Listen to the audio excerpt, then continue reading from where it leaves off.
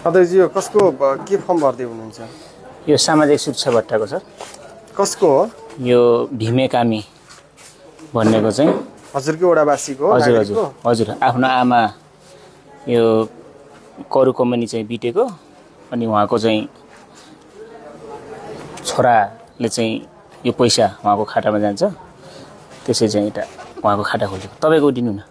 हजुर तपाईँको तपाईँ आफै गर्दै श्रीमतीको नाम? मेरो हजुर सर। मन्नी मन्नी नि? मन्नी कामी। मन्नी कामी। अनि तपाईँको आमाको नाम? आमाको नाम कोरु। कोरु कामी। तपाईँको बाजेको नाम? मेरो बाजेको? हजुर। मेरो बाजेको हति कामी। अनि छोराको नाम? मेरो छोराको? हजुर। रमेश। हजुर। रमेश कामी। बुहारी? बुहारी मोती। के रे? मोती दिदी। मोती देवी। अनि बुहारी? मेरो बुहारी त्यही हो। होइन होइन, छोरी छोरी छोरी? छोरीको नाम भन्नु न। मेरो छोरीको रुकुमा। रुकुमा। छोरीको रुकुमा हजुर देवी। हजुर।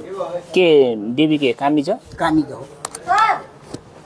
अनि बुहारीको? बुहारीको मोती देवी। मोती मोती गरी मोती मोती देवी। ल फोटो लिनुहोस्। फोटो हजुर म खिच्न पठाएको। यो फोटो म राख्छु। यो जीवन साथी हो। कति निस्किन्छ फोटो? अब निक्लिन्छ। परीक्षा पत्र राष्ट्रिय परिचय पत्र पनि आयो? हजुर म निकाल्न पठाएको छु। 50 लाख त 50 हो लिनु। अध्यक्षजी यो काम त जनप्रतिनिधिले हो र गर्ने, ब्याङ्क कर्मचारीले होला नि गर्नुपर्ने?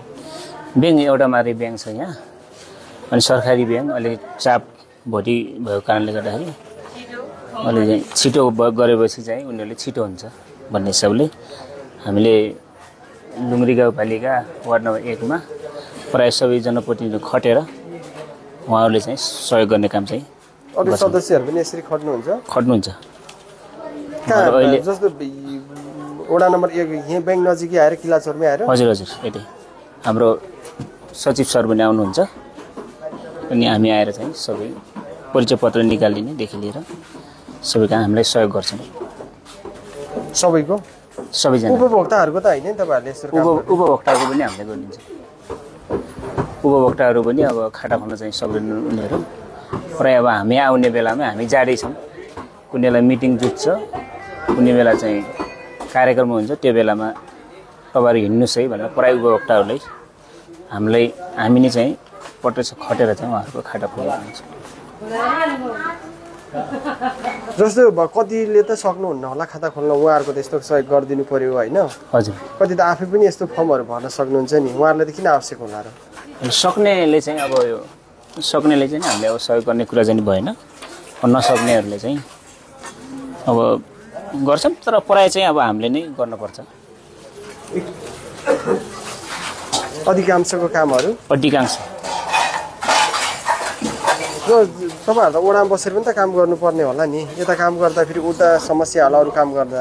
हामीले उता यो सेड्युल हुन्छ, सेड्युल आजबाट हाम्रो पाङको सुरु छ 13 गतेसम्म, यो समयमा चाहिँ हामी झर्छौँ। अरू वडाको जनप्रतिनिधिहरू पनि यसरी खट्नुहुन्छ कि के हो? अन्य वडाको पनि अब खट्नुहुन्छ यसरी नै? अब यसरी नै अब खटेको देखिन्छ। ल धन्यवाद यहाँलाई। हस् नमस्कार।